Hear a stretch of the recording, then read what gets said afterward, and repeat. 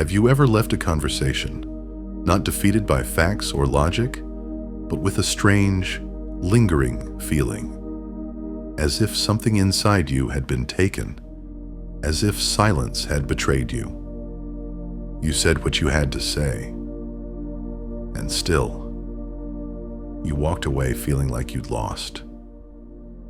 Maybe it's the people around you, voices that slice through the air, loud, relentless. People who interrupt, who smirk, who turn every space into a stage for their ego. Arrogance, polished into something the world mistakenly calls confidence, and maybe you've believed the lie. That silence is weakness, that not fighting back is surrender, that staying calm means being defeated. But what if that's the illusion? What if real power has never lived in words, but in their absence? There was once a man who saw this clearly. A man misunderstood by history, feared by many, and followed by few. Nietzsche. He wrote for a different kind of human. Not for the crowd, but for the lone thinker. And what he saw is something most people aren't ready to admit. Those who speak too much, reveal too much. Those who try to convince are already losing ground. We are taught to explain, to defend, to argue, as if truth needs a champion and every dialogue is a battle to win. But nature, Nietzsche believed, offers another path. Subtle, quiet, lethal. A path that doesn't argue, but dominates. Because silence is not empty. It is a presence, a weight. It disorients. It unsettles. It turns the spotlight inward. This video is for those who feel overshadowed. For the ones who walk away from conversations wondering if they were even heard. For the quiet ones, the peacekeepers, the watchers. You might have mistaken your silence for submission. But what if I told you it can be your most devastating weapon? What if the true victory doesn't come from winning the argument, but from never needing to enter one? Let's go deeper. Into Nietzsche's mind. Into nature's laws. Into the terrifying, liberating power of saying nothing. Why do we feel the need to speak? To prove? To fight? Because we were conditioned. Taught that silence means defeat. That if you don't speak, you're letting them win. But Nietzsche saw that need to respond as something far more dangerous. It's not strength.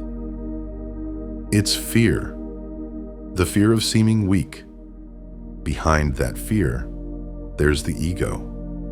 A fragile, desperate ego that hears every disagreement as an attack, that turns every conversation into a battlefield. But here's the secret. Most people don't argue to seek truth. They argue to protect themselves, to maintain the illusion, to keep their beliefs intact, because without them, they fall apart. So they talk and talk, not out of clarity, but out of desperation. And the moment you feel the urge to defend yourself, to justify your truth, you've already stepped into their trap. You've already lost. Nietzsche called this herd morality, the silent, invisible code that governs most people.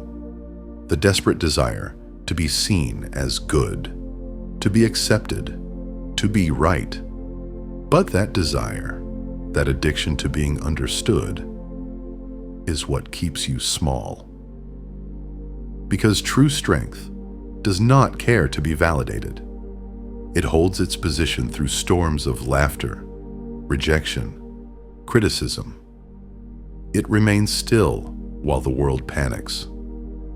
What Nietzsche offers us is not a way to win arguments, but to transcend them, to exist above the fray, to move with a silence so complete that it makes others tremble. And here's the paradox. The one who reacts loses. Because reacting is a confession. It says, "You still have power over me." But the one who observes, who does not flinch, who does not explain, that person becomes untouchable. And so the question becomes, if we shouldn't react, how do we exert power? If words are traps, how do we make others feel our presence? Nietzsche answered with a figure, his most radical, mysterious creation. The Übermensch, the overman, the one who has mastered the self and needs nothing from the world. In the next part, we'll explore this figure, and you'll see how silence, when used with intention, doesn't just protect you. It commands, it disrupts, it conquers. So if you've ever been the quiet one in the room, the one others underestimated, the one who held back, get ready. Because from here on out, your silence begins to speak. Nietzsche did not write for the agreeable. He wrote for the dangerous, for the rare ones who dare to look into the abyss of their own soul and stay there. For him, the ordinary person is bound, shackled by guilt, by conformity, by the thirst for applause. But the Übermensch, he is something else entirely. He does not react. He does not plead. He does not seek approval. He shapes the world in his image, and often he does this without saying a word, because he understands something everyone else forgets. Silence is not emptiness, it is force, a silent force that disturbs more than any scream. While others raise their voices to gain attention, he only needs to look, and in that look, there's presence, there's a weight. His silence is a mystery, and the human mind hates mysteries. Because when someone doesn't react, doesn't respond, doesn't flinch, what's left? The other person is left to face themselves. They begin to unravel. This is why the Übermensch doesn't argue, doesn't debate, doesn't play emotional games. He doesn't need to, because silence, strategic, intentional silence, is far more powerful than persuasion. When he chooses not to speak, it's not because he has nothing to say, it's because he doesn't need to say it. His silence isn't passive, it's calculated. It's a wall that others crash into, again and again, until they crumble. You see, when someone refuses to react, something strange happens in the human brain. The other person, expecting confrontation, faces a void, and into that void, they project everything, their fears, their guilt, their doubt.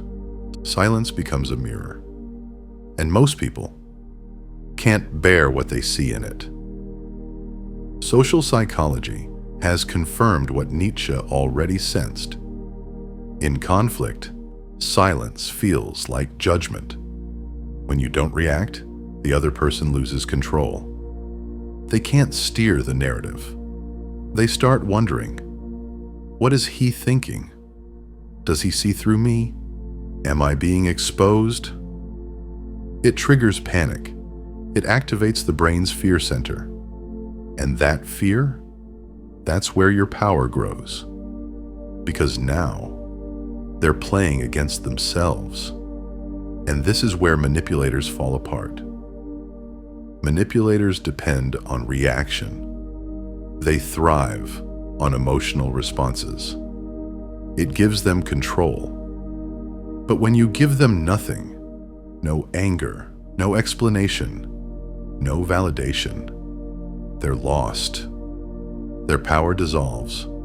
They reveal themselves. And you? you remain untouchable.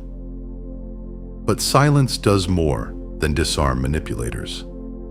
It strikes at something deeper. It awakens wounds, rejection, abandonment, insecurity. When you remain silent, you withdraw something people crave: attention, recognition, control. And in that withdrawal, they are forced to see that their words do not move you, that their presence does not dominate you. And that is intolerable to the ego. This is why silence is so uncomfortable. Not just for others, but for you. Because it goes against everything you've been taught. It defies the need to justify, to defend, to be understood. But in that discomfort lies your evolution. Mastery is born where reaction dies, and Nietzsche's Übermensch is a master. Now it's time to learn how to wield this power consciously. Not just as a shield, but as a weapon. You're going to learn how to win without saying a word. Let's begin. The first discipline of silent power is brutal. Be silent when everything inside you screams to respond. This is not easy.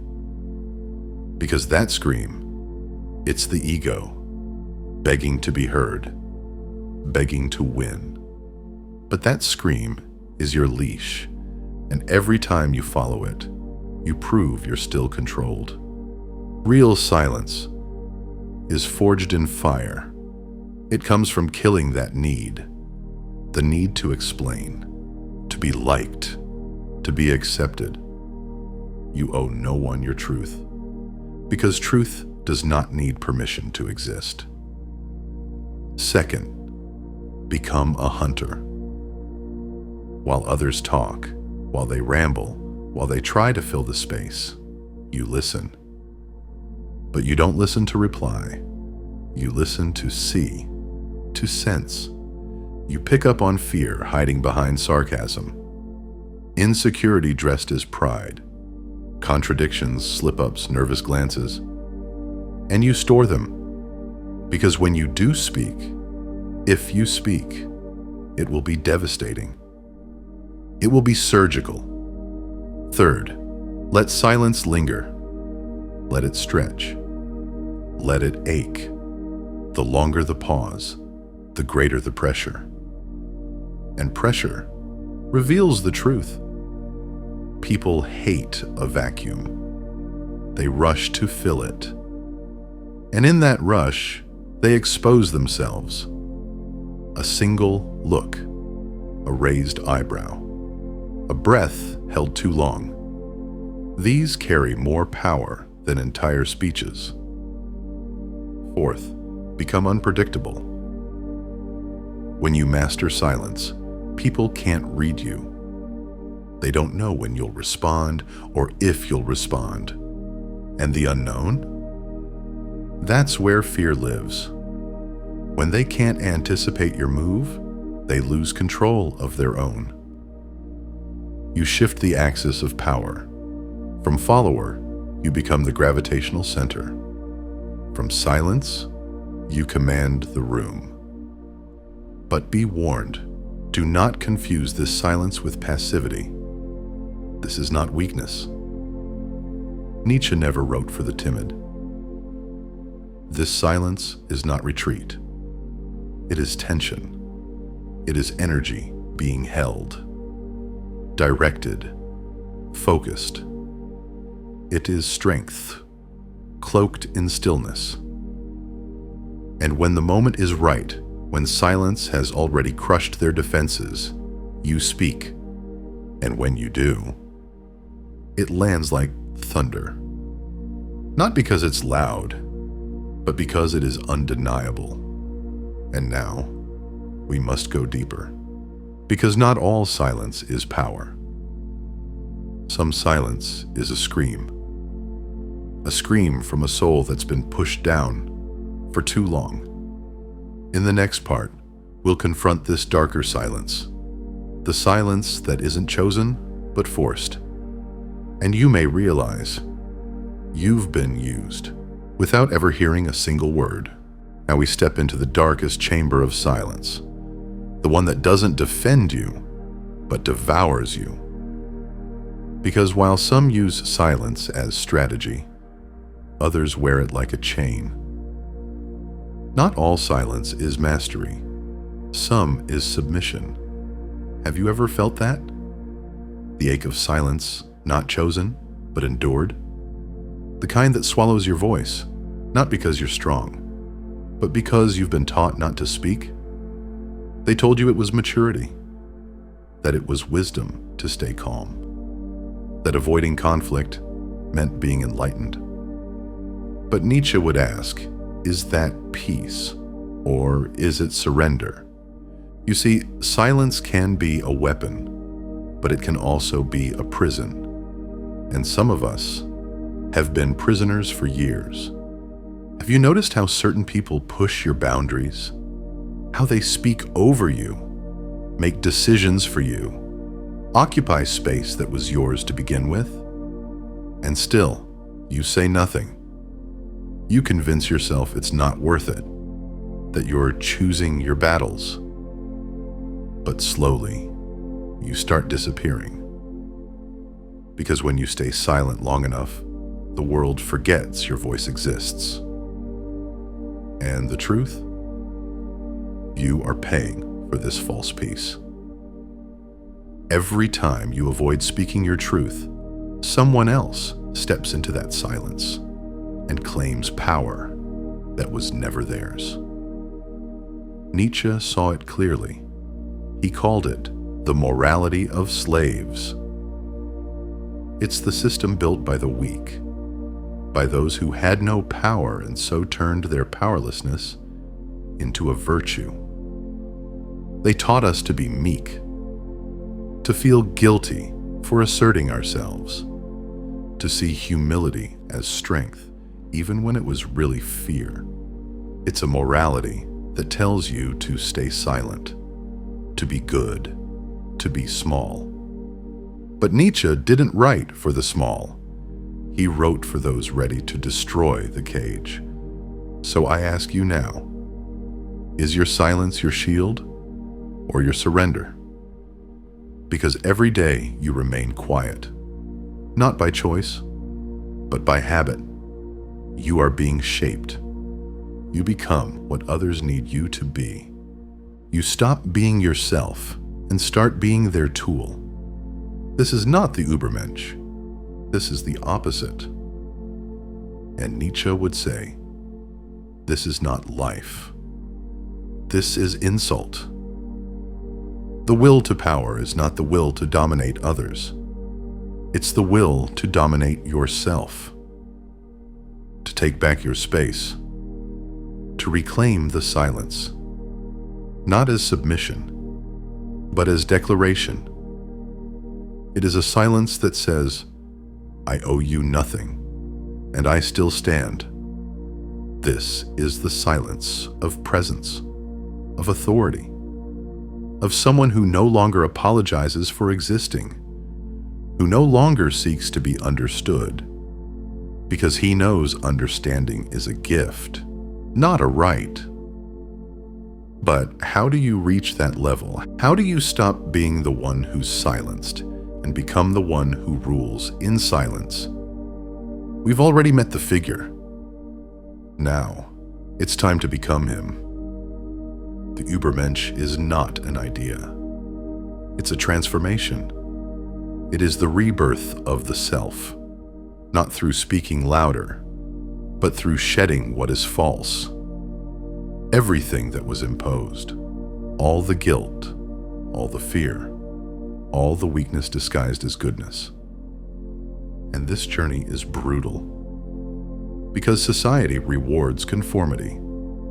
It praises the polite, the agreeable, the ones who never disturb. But Nietzsche asks, what is the cost of that praise? Is it worth trading your soul for applause? The silence of the Übermensch is not gentle. It is not polite. It is cold, unapologetic, unshakable, because he has nothing to prove, and that's what makes him dangerous. He doesn't argue. He doesn't justify. He doesn't perform. He lives by his own code. And his silence, that's the sound of someone who already won. So now I ask you to look at your life. Really look. How many times have you kept quiet out of guilt, out of fear, out of not wanting to offend? How many times have you let others define you, speak for you, walk over your values? Enough. Nietzsche would say that to live this way is to betray your very existence, that to stay silent from fear is to kill yourself slowly. But from today forward, your silence must change. It must stop being the silence of fear and become the silence of fire. A silence that commands. A silence that sets boundaries. A silence that speaks without needing permission. Because the world does not need more talkers. It needs those who master stillness. And reign through it. Let your silence no longer be your retreat. Let it be your revolution. If you've made it this far, then write it below. Not just as a comment, but as a statement to yourself. I choose the silence that commands respect. Let those words be your first step, and when you're ready, the next video is waiting. Not for me, but for you. Because you deserve to go beyond noise and into mastery. Remember this: the weak shout, the strong remain silent, the wise choose when.